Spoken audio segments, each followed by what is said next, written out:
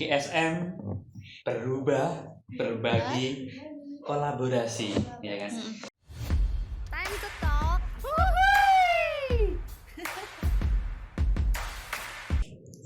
Assalamualaikum warahmatullahi wabarakatuh. Waalaikumsalam warahmatullahi wabarakatuh. Balik lagi sama Afifah di Time to Talk. Oke, jadi kali ini Afifah ditemenin sama kakak cantik di samping Afifah nih dari jurusan broadcasting, yaitu Desi. Hai Desi. Halo semuanya. Oke nih Desi, jadi kali ini kita kedatangan tamu yang benar-benar spesial. Aduh, siapa tuh? Siapa tuh? Jadi kita kedatangan Kepala Sekolah SMK Negeri 3 Banjarmasin, Bapak Muhammad Ali Muksin, SPD MM. Gimana Bapak kabarnya? Assalamualaikum warahmatullahi wabarakatuh. Waalaikumsalam. Kabar baik. Alhamdulillah. Semoga semuanya kita dalam kesehatan dan keberkahan untuk mewarnai pendidikan bersama-sama. Oke, selamat datang Bapak di podcastnya Nisbi Studio. Oke, jadi kali ini Des, kita tuh bakal ngebahas tentang GSM, Gerakan Sekolah Menyenangkan. Jadi tuh ya Pak, kita tuh siswa-siswa tuh udah pada tahu nih kayak istilah GSM, tapi kita tuh nggak tahu spesifik sebenarnya GSM itu apa sih Pak? Baik, GSM sebelum memulai izinkan Bapak salam GSM. GSM berubah, berbagi, kolaborasi, ya kan? Jadi itu merupakan keinginan bersama. Apa itu adalah GSM, mengawali dengan 3 hal ini untuk berubah, ya kan? Terjadinya perubahan, terus kemudian juga berbagi kepada yang lain dan juga kolaborasi. Artinya dalam GSM, Gerakan Sekolah Menyenangkan, itu adalah gerakan moral, ya kan? Gerakan dari akar rumput, dari bawah, dari ruang-ruang kelas, ruang-ruang kegiatan bersama dengan seluruh siswa beserta dengan Bapak, Ibu guru serta tenaga kependidikan untuk sama-sama membangun ekosistem. Ekosistem itu adalah iklim yang ada di dalam sekolah itu untuk tumbuh memberikan spirit yang menyenangkan bagi pembelajaran di sekolah, sehingga dengan membangkitkan suasana batin, ya, yang kita baris bawahi adalah membangkitkan suasana batin itu terasa senang, ya kan, terasa terbawahi di dalam rangka untuk memunculkan kodratnya atau talentanya di dalam belajar. Itu yang dimaksud dari sebuah gerakan ini. Ini adalah gerakan bersama, makanya disebut dengan gerakan, ya, bukan program, tapi untuk bergerak bersama dari hati, dari ruang batin untuk menciptakan ekosistem yang menyenangkan antara guru bersama dengan siswa. Oke, kalau boleh tahu nih Pak, GSM sendiri tuh emang anjuran dari pemerintah atau inisiatif dari sekolah sendiri membuat GSM itu Pak? Karena berangkat dari sebuah gerakan, ya, sehingga gerakan ini adalah membawa kepada kesadaran diri, baik dari guru maupun dari siswa peserta didik, sehingga bukan merupakan semata-mata anjuran dari pemerintah seperti itu, tetapi memang bagaimana tadi untuk kesadaran untuk berubah, kesadaran untuk meningkatkan kebermanfaatan hidup di dalam masyarakat melalui ekosistem di sekolah untuk saling tumbuh, mengembalikan, hakikatnya mengembalikan pendidikan itu sesuai dengan yang disampaikan oleh Ki Hajar Dewantara, yakni untuk memfasilitasi, menuntun kodratnya manusia untuk menjadi manusia yang seutuhnya. Manusia seutuhnya seperti apa? Manusia yang merdeka lahirnya, merdeka batinnya, dan memberikan manfaat dalam kehidupannya. Itu yang melandasi dari GSM. Kalau sebenarnya sistem pembelajaran dari GSM itu gimana sih Pak? Biar kita ada bayangan gitu sebagai siswa, karena kan ini hal yang baru lah istilahnya. Sebenarnya bukan hal baru ya, karena tadi saya sampaikan mengembalikan pendidikan itu sesuai dengan falsafah yang disampaikan oleh Ki Hajar Dewantara, yakni menuntun kodratnya manusia, ya kan, untuk menjadi manusia seutuhnya. Jadi seperti apa itu yang dilakukan adalah bagaimana di ruang kelas itu antara guru dengan siswa itu hidup suasana batinnya untuk ingin belajar bersama-sama, sehingga siswa akan menjadi pembelajar sejati sepanjang hayat, guru pun juga akan menjadi pembelajar sejati. Sehingga terindikasinya seperti apa sih sekolah menyenangkan atau suasana kelas menyenangkan adalah di dalam kelas itu suasananya hidup, si peserta didik itu ada rasa mood yang senang ketika masuk ke ruang kelasnya, ya kan, tersenyum lebar, ya kan, dan ketika mau meninggalkan kelasnya itu malah sedih, ya kan, karena mau terpisah dengan kawan-kawannya, dengan gurunya, ya kan, terus kemudian mengakhiri pembelajaran di hari itu, ya kan. Jadi bukan kebalikannya, ketika mau masuk ke kelas sedih karena sedang mau belajar, ya kan, mau berketemu dengan bapak ibu gurunya. Terus ketika mau istirahat, mau pulang, wah senangnya luar biasa, apalagi besok libur senangnya luar biasa, ya kan. Itu kebalikannya kalau di sini betapa ada kerinduan guru bertemu dengan siswa dalam pembelajaran, siswanya pun juga rindu ingin ketemu dengan gurunya, ingin belajar bersama-sama itu, sehingga ada rasa batin yang senang. Oke. Tuh. Berarti Ya. membentuk rasa nyaman lah istilahnya. Terus kalau misalnya untuk GSM sendiri tuh guru tuh boleh marah nggak sih Pak? Kayak apakah boleh kayak misalnya GSM guru tuh kalau di kelas nggak boleh marah gitu loh? Iya, jadi terkait dengan marah ya. Karena di sini adalah menuntun kodrat, maka guru itu juga harus memahami kodratnya manusia. Apa kodrat manusia itu? Kodrat manusia itu ada 4. Yang pertama adalah diversity, beragam. Siswa yang satu dengan yang lainnya itu beragam, berbeda, tidak akan pernah bisa disamakan, cuman berdua sampai kapanpun berbeda, ya kan. Jadi heterogen, ya kan. Terus kemudian ada curiosity, siswa itu ada rasa ingin tahu yang tinggi, ya kan, sehingga mereka mungkin rame dengan kawannya sedang berkomunikasi, mungkin saat guru sedang menjelaskan, maka di situ tinggal gurunya bukan marah, tapi memfasilitasi siswa tersebut sedang apa yang didiskusikan, untuk bergantian diskusi, bila mana perlu diberikan fasilitas tempat di depan untuk mendiskusikan, mungkin ada hal yang lebih menarik ketimbang yang disampaikan oleh bapak ibu di depan. Mungkin itu kontekstual, sangat disukai oleh siswanya, ya kan. Di situ. Terus kemudian ada kolaborasi, ya. Kolaborasi memang antar satu siswa dengan yang lainnya untuk saling bekerja sama, ya kan, karena sebagai makhluk sosial, hablum minan nas kalau dalam agama, ya kan. Nah, sehingga mereka memang tercipta untuk saling terkoneksi dengan yang lainnya, sehingga bagaimana di sini Bapak dan Ibu guru membangkitkan suasana kekeluargaan, ya kan. Suasana kekeluargaan seperti apa? Di dalam kekeluargaan yang terciptakan bukan marah, tapi bagaimana untuk ada rasa menyayangi, ini adalah anak saya, oh ini adalah ibu saya, sehingga yang ada adalah saling rahasia, saling menyayangi, ya kan. Jadi bukan memarahi tepatnya, ya kan.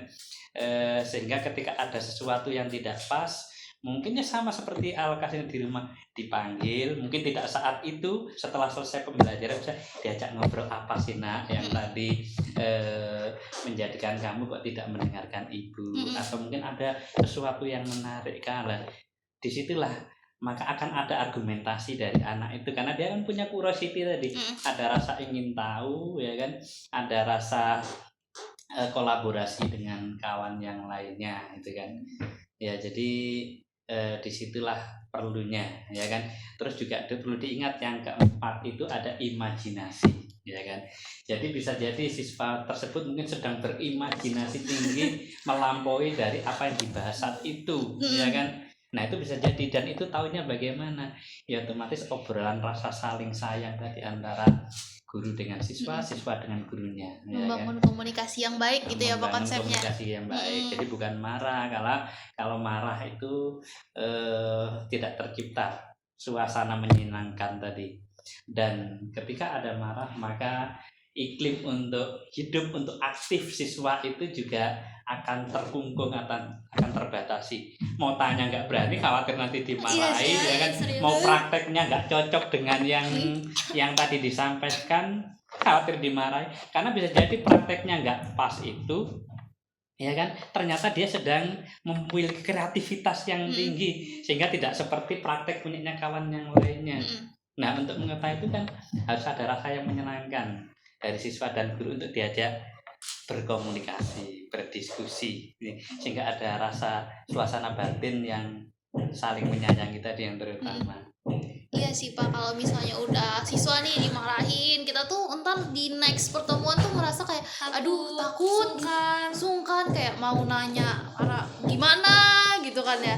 Terus nih Pak ya, kan nih kita udah ngelewatin masa yang ibaratnya tuh pelajaran jarak jauh yang dari rumah tuh hampir 2 tahun tuh gara-gara corona kan waktu itu tuh. Jadi tuh muncul nih bad habit dari siswa-siswi gitu, kayak yang terlalu fokus ke handphone lah, nggak bisa lepas dari handphone. Menurut Bapak, GSM ini salah satu cara efektif nggak sih buat ngatasin bad habit itu? Sebenarnya cara yang sangat efektif sekali. Kenapa? Karena kita dengan habit baru, ya kan, setelah melewati masa pandemi, sehingga gadget itu adalah merupakan sebuah hal yang tidak bisa kita hindari karena adalah sebuah kebutuhan.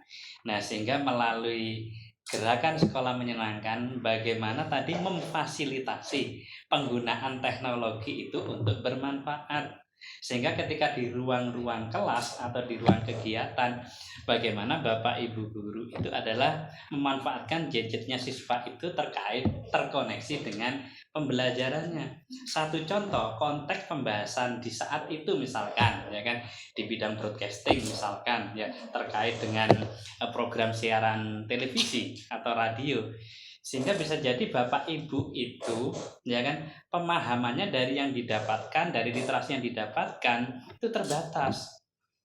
Tetapi dengan adanya HP tadi, nah bagaimana mengajak siswa, ayo anak-anak, kita googling, kita searching di situ, bagaimana sih tata letak pencahayaan yang bagus ketika program siaran radio, ya ketika podcast. Nah, maka anak-anak tadi akan semangat karena menggunakan gadgetnya, mencari literasi yang terbagus. Wah, di situ kan tidak terbatas, sehingga nanti, ya kan, ketika sudah masing-masing mendapatkan, diminta lah presentasi masing-masing anak. Oh, bagaimana menurut Afifa, ya kan? Oh, bagaimana menurut si B, si C, akan memberikan pandangan-pandangan hasil dari googling. Sehingga dengan demikian pengetahuan itu akan lebih luas. Karena kalau tidak seperti itu, ya kan, kalau tidak seperti itu guru memfasilitasi, bisa jadi siswanya tadi yang di googling lain, yang di searching lain, ya kan. Ya, jadi sumber belajar bukan satu-satunya dari guru atau dari buku. Karena sekarang sudah masuk era digitalisasi dan itu menjadi habit. Makanya bagaimana kita di depan ini sudah kita ada sebagai generasi-generasi yang masuk wilayahnya digitalisasi, ya kan, ada artificial intelligence, banyaknya kecerdasan buatan di sekitar kita. Kalau kita alergi pada teknologi, maka kita yang tertinggal. Iya, ya kan? sih. Jadi di situ kan otomatis kan siswa akan senang, pembelajaran akan hidup, ya kan. Nah, coba misalkan setelah googling diminta pendapatnya bagaimana tadi. Itu kayak panjang, kayak kalau misalnya kita cukup dengerin guru nih ya, nggak buka Google, kayak pas ditanya ini aduh apa ya, kalau disuruh nyari Google dulu kan kita tuh punya bekal lah istilahnya buat berdiskusi sama gurunya, dan itu kadang tuh bikin kita fresh lagi gitu loh. Karena kalau misalnya dengerin yang namanya siswa, kita suka ngantuk ya Cia. Ngantuk gitu loh. Oke. Apa aja nih Pak langkah-langkah yang sudah dilakukan sekolah kita dalam proses perwujudan GSM ini, gerakan sekolah menyenangkan. Langkah-langkah yang sudah dilakukan adalah karena ini adalah merupakan gerakan moral, Dan ini tidak bisa dilihat hasilnya itu dengan ukuran 1 tahun, 2 tahun, 3 tahun, 4 tahun. Karena ini adalah membangun sebuah peradaban. Ada masa, ya kan?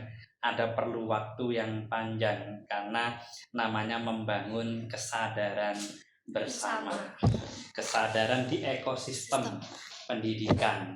Artinya di sana juga ada keterlibatan tidak hanya guru dan siswa, ada juga orang tua, ada juga komite sekolah, ada juga masyarakat, ada juga industri untuk memiliki pemahaman yang sama di dalam rangka membangun ekosistem di sekolah itu yang menyenangkan tentunya. Sekolah yang dilakukan adalah dengan adanya beberapa kali kegiatan mulai dari tahun kemarin untuk mengikuti workshop terkait gerakan sekolah menyenangkan ini, sehingga bapak ibu gurunya sudah diikutkan ya kan secara bertahap, dan nanti akhirnya ada semuanya untuk saling desiminasi terkait dengan apa sih sekolah menyenangkan, terus yang terpenting bagaimana sih prakteknya di kelas, bagaimana sih prakteknya di kegiatan dengan siswa, ya kan. Bahkan untuk yang terbaru ini kita sudah 2 kali mendatangkan narasumber dari GSM nasional, ya kan, yang sudah kita hadirkan, termasuk salah satu guru dari SMK 11 Semarang, Pak Diarko, itu namanya, juga sudah memberikan praktek secara langsung bersama dengan Bapak Ibu guru kita, dan SMK 3 juga sudah kolaborasi dengan SMK di Kalimantan Selatan terkait mengadakan kegiatan ini.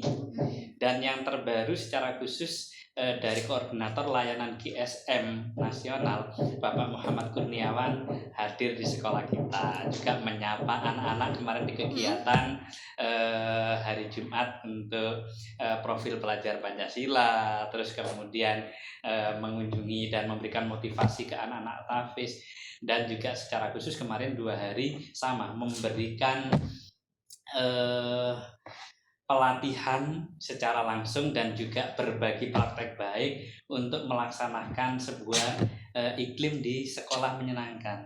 Karena Pak Iwan ini mereka juga punya sekolah model juga yang sudah menciptakan ekosistem yang menyenangkan di sekolahnya.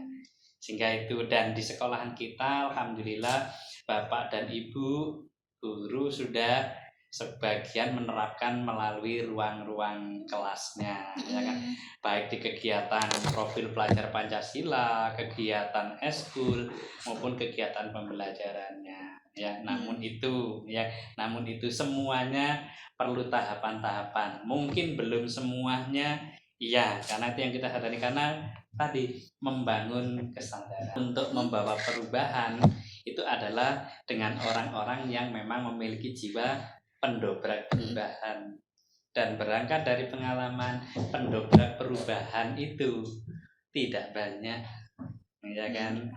Iya, banyak contoh-contoh pendobrak perubahan, termasuk Ki Jair Dewantara juga pendobrak perubahan, ya kan, dan para pahlawan-pahlawan pendobrak perubahan.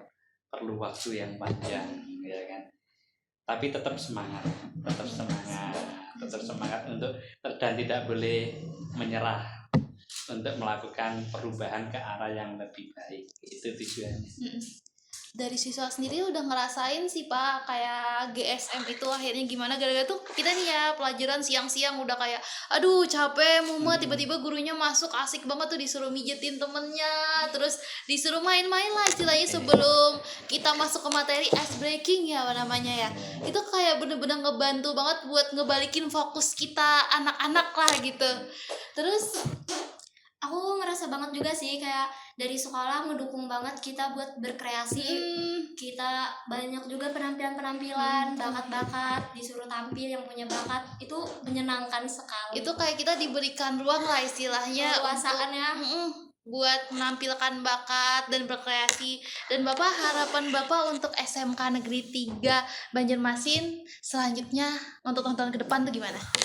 Yang jelas untuk tahun-tahun ke depan semakin sadar, sesadar-sadarnya seluruh dari kita ya guru dan siswa untuk terus semakin menguatkan, membangun ekosistem yang menyenangkan untuk saling bergandengan tangan, saling rasa kasih sayang, rasa kekeluargaan untuk memupuk, menuntun kalau bahasanya Ki Hajar Dewantara, menuntun kodratnya siswa sehingga memanusiakan manusia, ya, mensiswahkan siswa.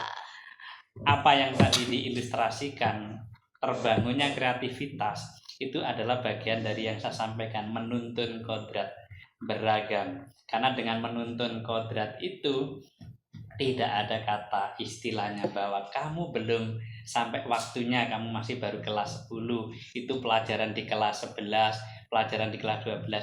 Karena bisa jadi itu kelas 10 sudah bisa dilakukan oleh anak-anak semuanya.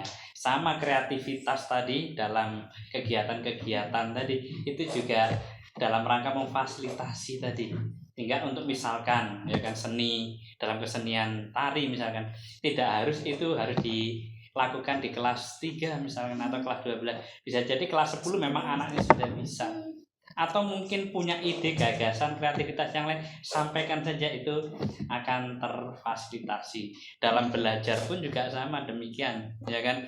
Apakah yang akuntansi, multimedia, broadcasting, ya kan, atau desain komunikasi visual dan sebagainya, bisa jadi mereka dalam praktek, ya kan, dalam pelajaran kejuruan produktifnya itu yang seharusnya bisa dicapai di kelas 12 misalkan, ternyata di kelas 10 sudah mampu menyelesaikan semua materi itu. Inilah yang terus didorong, ya kan. Sehingga dengan demikian siswa-siswa di SMK 3 itu semakin eksplor, semakin berkembang potensi talenta terbaik dari masing-masing siswa, dari masing-masing, karena beragam, bukan untuk disandingkan, bukan kenapa Aziza kok tidak sama dengan Afifah, ya kan, begitu pula sebaliknya, tidak, tetapi dituntun sesuai dengan potensi yang dimiliki.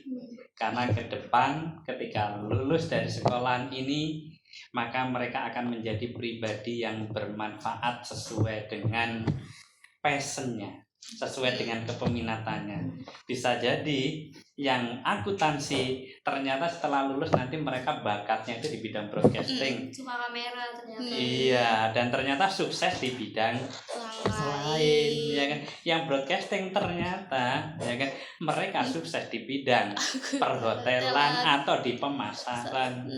Sehingga yang ada itu sekarang bagaimana untuk dipupuk rasa, ya kan, rasa passionnya itu terfasilitasi oleh SMK 3 ini, sehingga dari SMK 3 ini sama-sama untuk membangun kultur itu, menciptakan anak-anak yang soft skillnya bagus, karakternya bagus, akhlaknya bagus, attitude-nya bagus.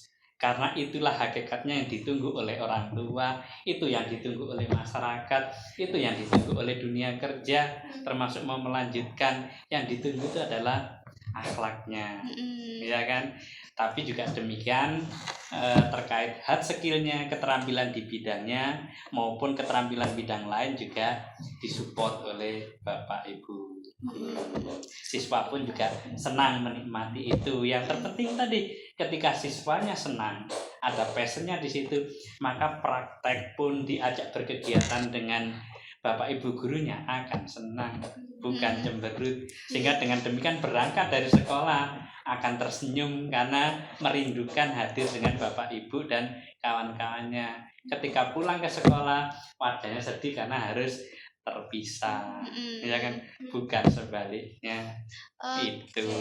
Oke. Jadi teman-teman nih udah tahu kan ya GSM itu apa. Terus kita juga tadi udah dengerin penjelasan dari Bapak Ali. Jadi GSM itu untuk memupuk rasa sayang kita ke sekolah, juga ke guru, ke teman-teman, biar kita tuh betah istilahnya di sekolahnya, nggak ada sih. Semangat terus. Oke, mungkin untuk time to talk kali ini sekian dulu. Terima kasih Bapak udah mau datang ke podcastnya Nisbi Studio. Terima kasih banyak. Oke. Wassalamualaikum warahmatullahi wabarakatuh. Assalamualaikum. Manjada. Wajadah. Sampai jumpa di next podcast selanjutnya.